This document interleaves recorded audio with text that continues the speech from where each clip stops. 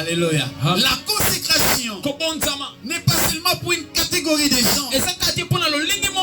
Ou une catégorie de gens. Lui c'est consacré. Lui c'est consacré. Non, bien aimé dans le Seigneur. À travers l'œuvre de Jésus, nous sommes sanctifiés. Nous sommes également consacrés. Amen. Gloire à Jésus. Alléluia. Il a tout accompli à la croix. Voilà pourquoi tu peux chasser les démons sans que tu sois pasteur. Parce que tu es consacré à Dieu. Mais alors, le caractère de cette consécration doit également se manifester dans la marche quotidienne du chrétien. Croire en Jésus est égal à l'abandon d'une autre vie. On ne peut pas croire en Jésus tout en gardant son ancienne vie. Ce qui est grave, il y a des gens qui croient en Jésus, mais qui conservent leur ancienne vie.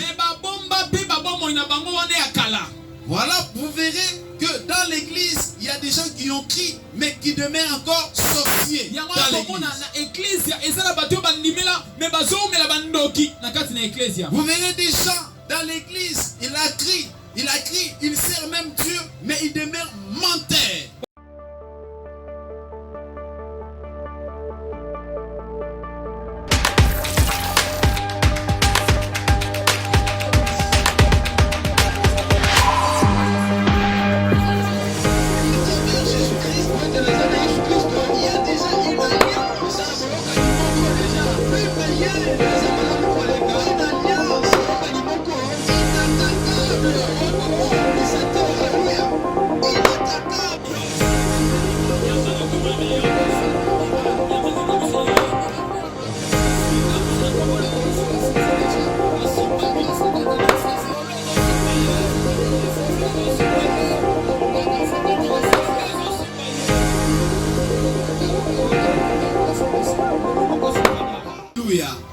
Bien-aimé, Dieu dans son plan, il a voulu que nous soyons utiles pour son royaume.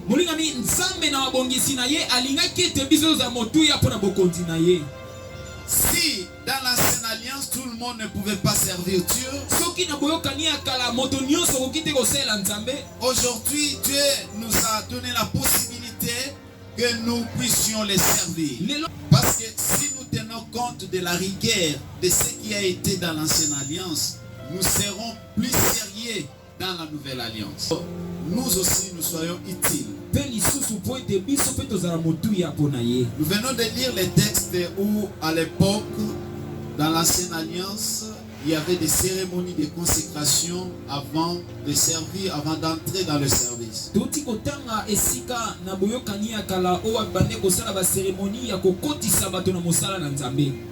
Et tout le monde n'était pas permis à servir dans le sacerdoce.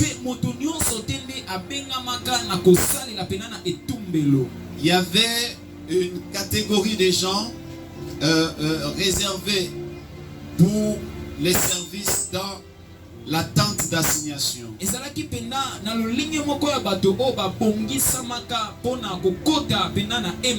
Avant, c'était une tente de rencontre.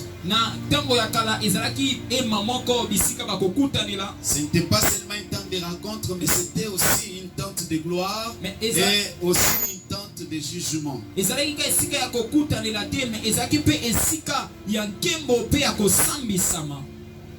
savez, si vous avez la connaissance de ces choses, enfants de Dieu, vous comprendrez les fonctionnements de Dieu dans son église.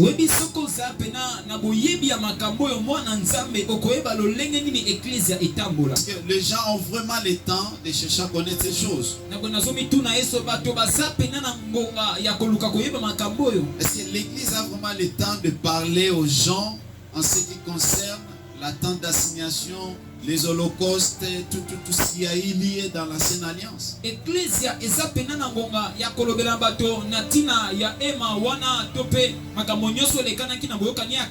Parce que si nous tenons compte de la rigueur de ce qui a été dans l'ancienne alliance, nous serons plus sérieux dans la nouvelle alliance. Il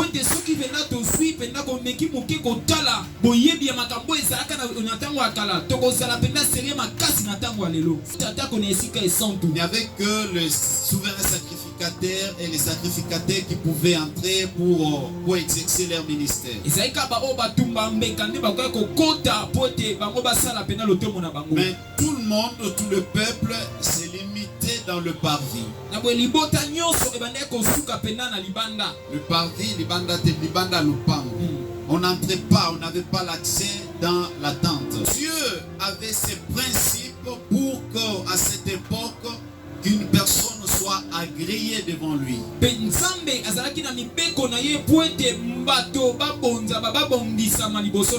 C'est tellement intéressant, on ne pouvait pas s'approcher devant lui n'importe comment.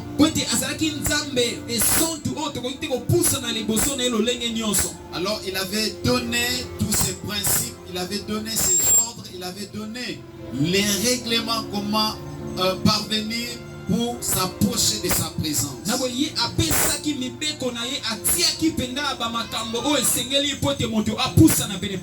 y avait plusieurs offrandes. Il y avait des offrandes pour la paix. Il y avait des offrandes pour le pardon du péché. Il y avait des offrandes pour adorer le Seigneur.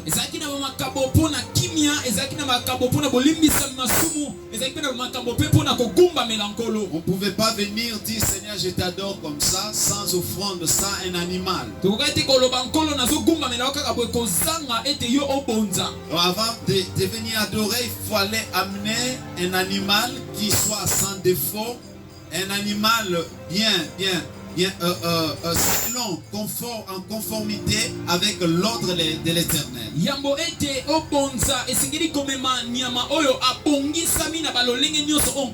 viens avec ton offrande, pose ta main sur lui, tu l'égorges toi-même et tu fais les sacrifices. Et cette offrande doit être une offrande de bonne odeur devant l'Éternel. Mais pour que ce soit une offrande de bonne odeur, il faut que le moindre geste soit respecté. Si cela n'est pas respecté, votre offrande ne sera pas une offrande agréable devant les Seigneur. Lorsqu'une offrande est agréable devant les Seigneurs, les conséquences, c'est qu'il y a la bénédiction de l'Éternel. Lorsqu'une offrande est agréable devant l'Éternel,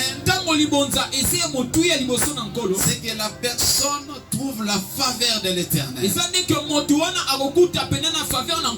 Alléluia. Bien-aimé, Dieu dans son plan, il a voulu que nous soyons utiles pour son royaume.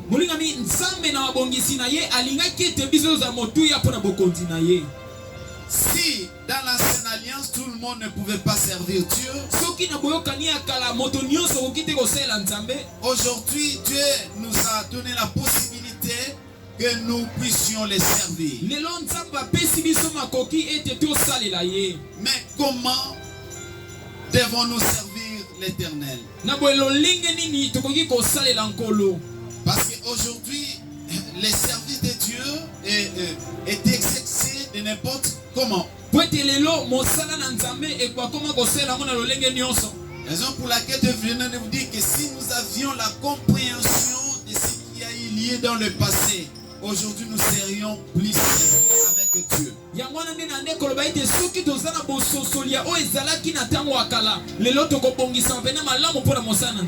Moïse appela l'ensemble devant la tente. Je venais de dire que c'était une tente de gloire parce que Dieu descendait.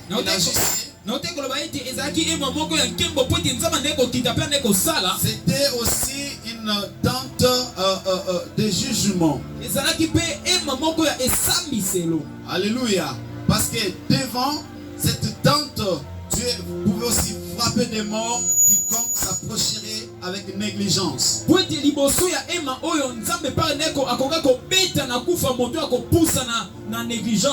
Et même dans l'église, beaucoup de gens se jouent aujourd'hui avec l'église. L'église c'est la maison du Seigneur, où le Seigneur nous a placés comme ses enfants pour que nous vivions la gloire. Mais si dans l'église nous nous comportons comme nous étions dans le passé dans le monde,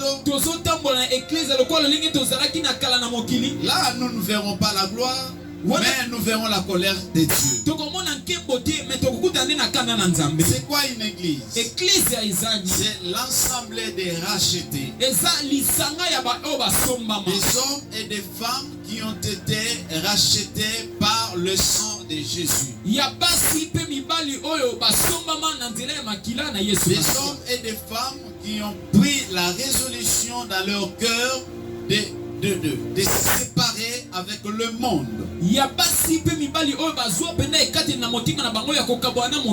C'est l'ensemble des gens qui ont quitté le péché. C'est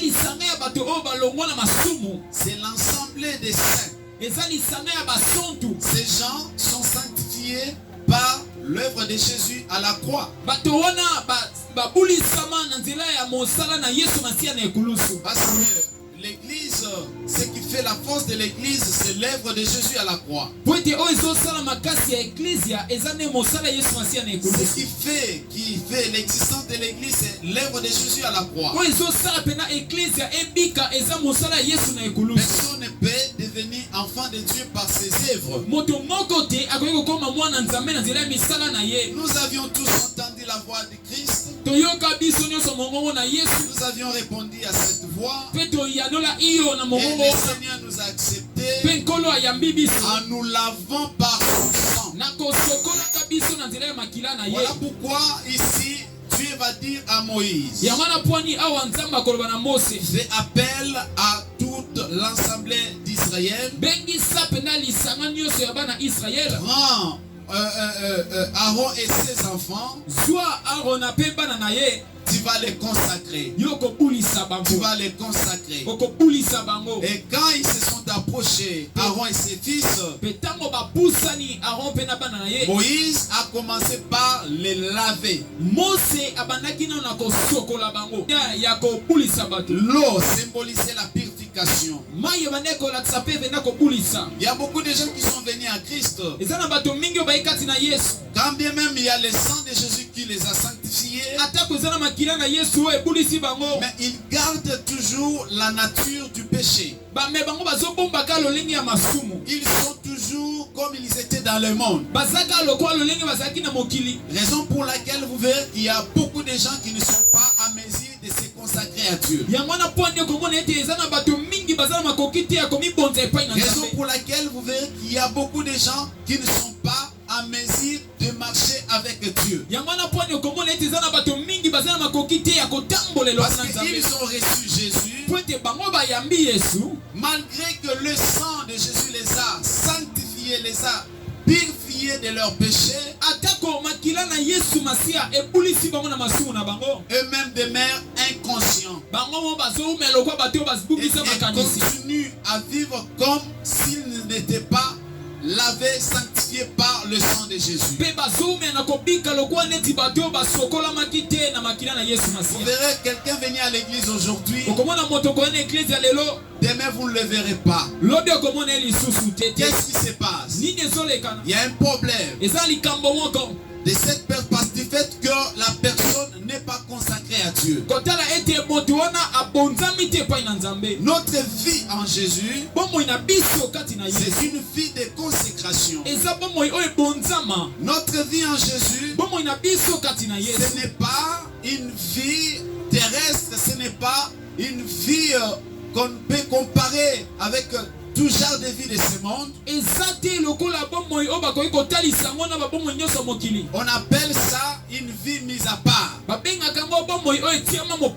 Aussi longtemps vous n'êtes pas encore mis à part, quand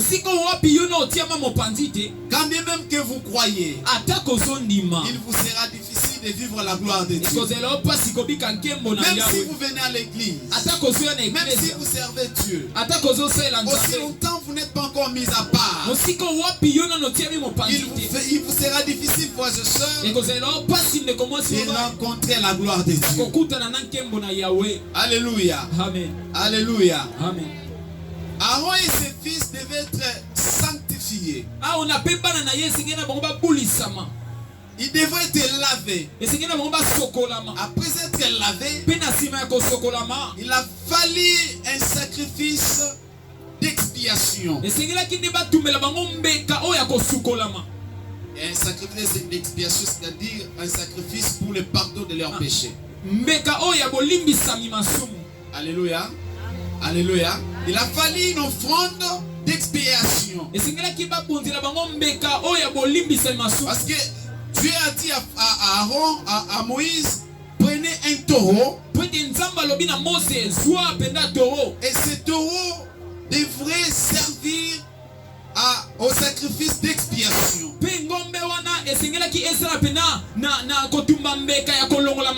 Est-ce que jusque-là vous comprenez quelque chose? Alléluia. Amen. Jusque-là vous comprenez quelque chose? Ou soit je change la prédication. Alléluia. Est-ce que vous comprenez quelque chose? Aaron et ses fils ne pouvaient pas entrer dans la tente et servir Dieu sans avoir être lavés ni leur péché être expié.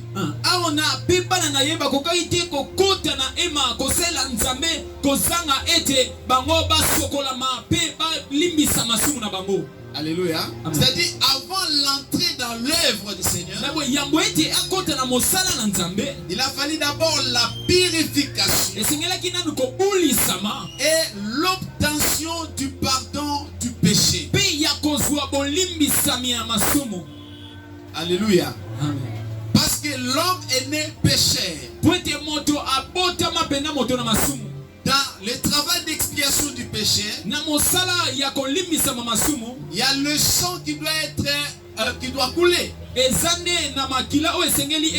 Parce que la Bible dit que sans effusion du sang, il n'y a pas le pardon du péché. En égorgeant le taureau, le sang coulait. Et Moïse devait prendre ce sang, l'asperger tout autour de l'autel.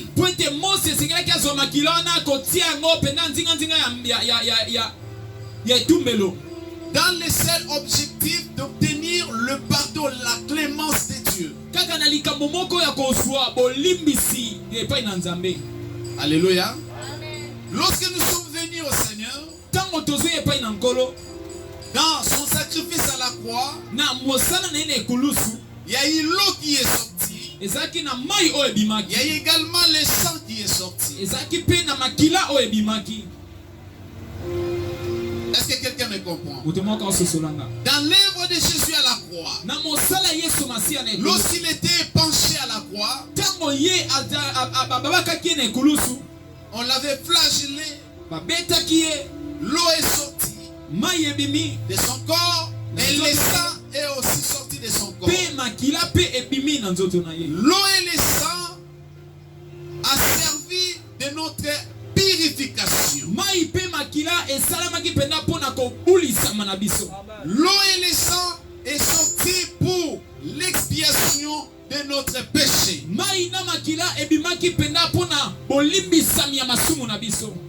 Aaron devrait être lavé avec ses fils par Moïse. Et le sang du taureau, c'était pour l'acceptation, c'était pour le pardon de leurs péchés.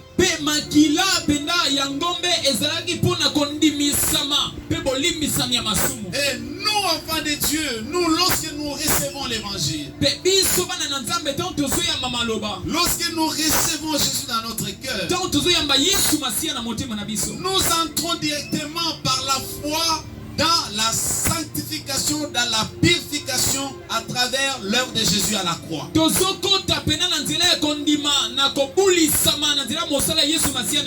Amen. Lorsque nous avions crié en Jésus, j'ai toujours dit ceci.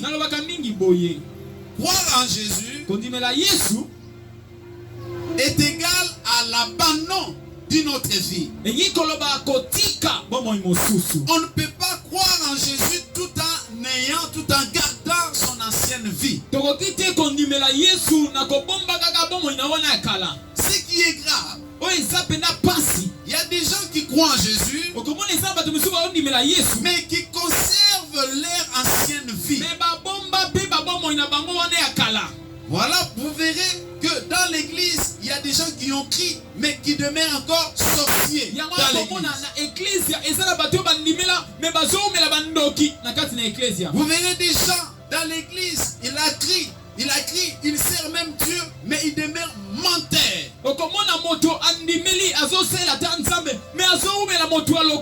Vous verrez quelqu'un qui a crié, il vient à l'église, mais c'est encore un occultiste.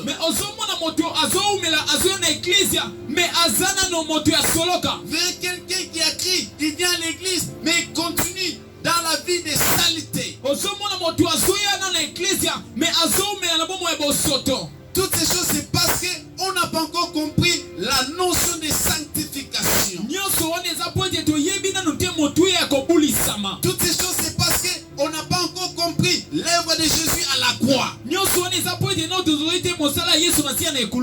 On pense qu'aller à l'église, ça me suffit. Le reste, ça ne me regarde pas. Je vous dis que ça, c'est vivre dans la contradiction. Ça, c'est vivre dans la contradiction en rapport avec ce qu'on appelle la vie de l'église.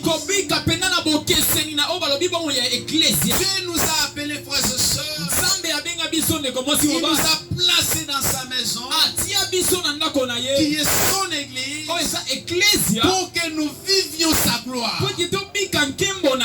Malgré nous sommes sous cette tente, frères et sœurs, mais si nous avons réellement Dieu dans nos cœurs, cette tente ici ne représente rien. Même si nous sommes sous cette tente, frères et sœurs, et que réellement nous marchons avec Dieu, et que réellement nous avions reçu Jésus, nous verrons sa gloire. Parce que ce qui compte, c'est sa présence dans nos cœurs. Alléluia. Alléluia. Que Dieu te bénisse. J'aime Jésus. Alléluia. Amen. Nous sommes les brebis du Seigneur. Nous sommes ce que le Seigneur a racheté par son propre sang. Tout ce qui s'est passé dans la vie de Jésus, c'était pour ta sanctification. C'était pour que tu obtiennes le pardon de ton péché. C'était pour que tu sois purifié, que tu deviennes enfant de Dieu.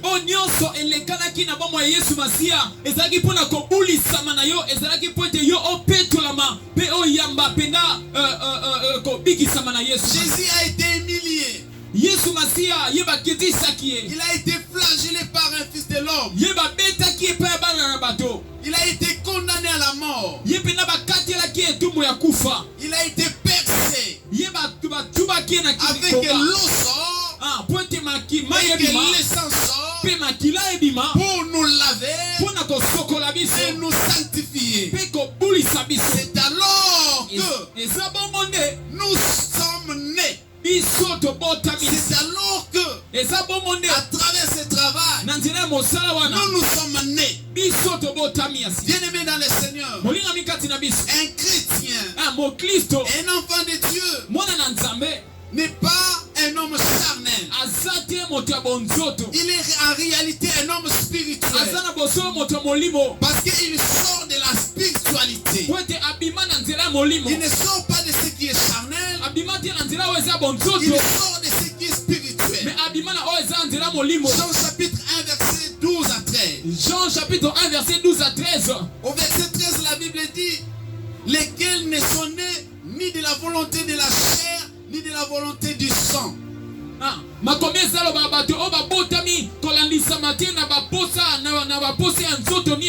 Nous, dans la foi chrétienne, nous ne sommes pas nés par la volonté de papa et maman.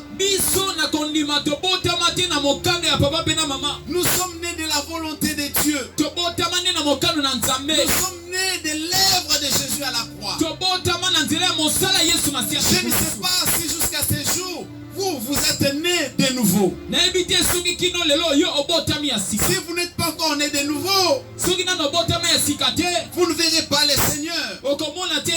Sans passer par l'œuvre de purification et de sanctification, il n'y a pas l'entrée dans la maison glorieuse de Dieu. Ce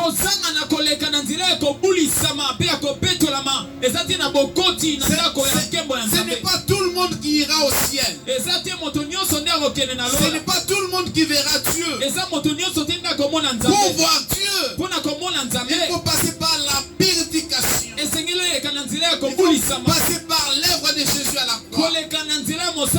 Si jusqu'à ce jour, vous êtes encore homme charnel et que vous faites combien de temps que vous êtes dans la foi? Ça fait combien de temps que vous avez été baptisé? Ça fait combien de temps que vous venez à l'église? Maintenant, il faut balancer par rapport à votre marche chrétienne. Jusqu'à ce jour, vous êtes encore dans ces choses-là. Vous n'êtes pas sérieux avec Dieu. Alléluia. On peut comprendre quelqu'un qui vient aujourd'hui dans la foi, demain il peut trébucher. Mais après 2 mois, 3 mois, il faut que la vie de cette personne se conforme à la parole de Dieu. Sinon on n'est pas sérieux avec Dieu. Mais vous avez fait autant des années. Déjà plus de 6 mois. On vit tous dans le même péché. Il faut laisser. J'ai dit qu'il faut laisser. Après 6 mois, vous êtes tous dans la même chose. Ça se répète. Ça, je suis faible devant ça. Je suis faible. Je ne sais pas comment je suis. Ces péchés, cette histoire ici me dépasse.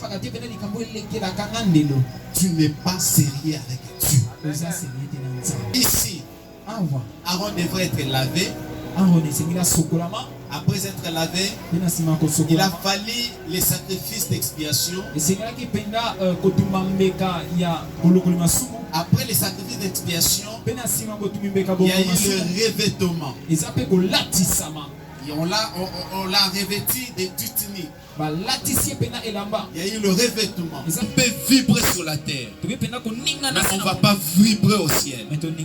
Parce qu'avant de vibrer au ciel, il faut que tout soit dans les normes ici sur la terre. Dans l'œuvre de Jésus à la croix, il y a eu également la consécration du chrétien. La cérémonie de consécration que nous faisons des fois dans l'église, bon, ça c'est pour les services. Mais dès lors que nous naissons dans la foi, il y a la sanctification qui se fait, mais il y a également la consécration qui se fait. J'ai béni le Seigneur quand je lisais la Bible ce matin. Je sais que le Saint-Esprit m'a parlé. Il y a eu aussi la consécration. Quand Aaron et ses fils ont été sanctifiés, expiés de leurs péchés, il y a eu par le même sang qui a été expié là, qui avait expié leurs péchés, par le même dans la main et dans le pied.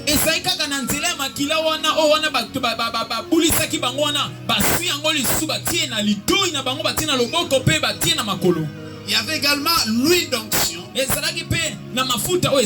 Tous ces mélanges, c'était pour la consécration. C'était pour la consécration. Alléluia. La consécration n'est pas seulement pour une catégorie de gens. Pour une catégorie de gens. Lui c'est consacré. Lui c'est consacré. Non, bien aimé dans le Seigneur. À travers l'œuvre de Jésus, nous sommes sanctifiés. Nous sommes également consacrés. Amen. Gloire à Jésus. Alléluia. Il a tout accompli à la croix. Voilà pourquoi tu peux chasser les démons sans que tu sois pasteur. Parce que tu es consacré à Dieu. Mais alors, le caractère de cette consécration doit également se manifester dans la marche quotidienne du chrétien.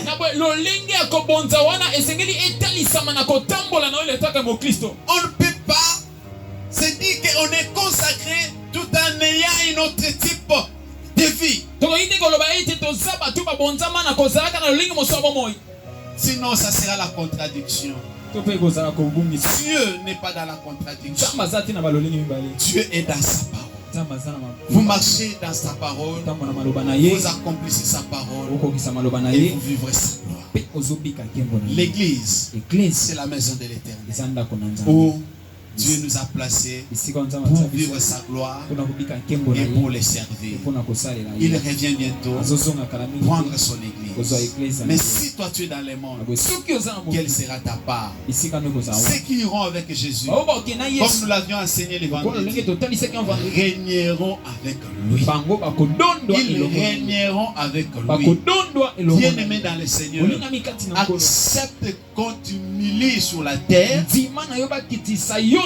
mais tu marchant dans la crainte de Dieu, obéissant à Dieu, parce qu'en obéissant, tu régneras avec lui.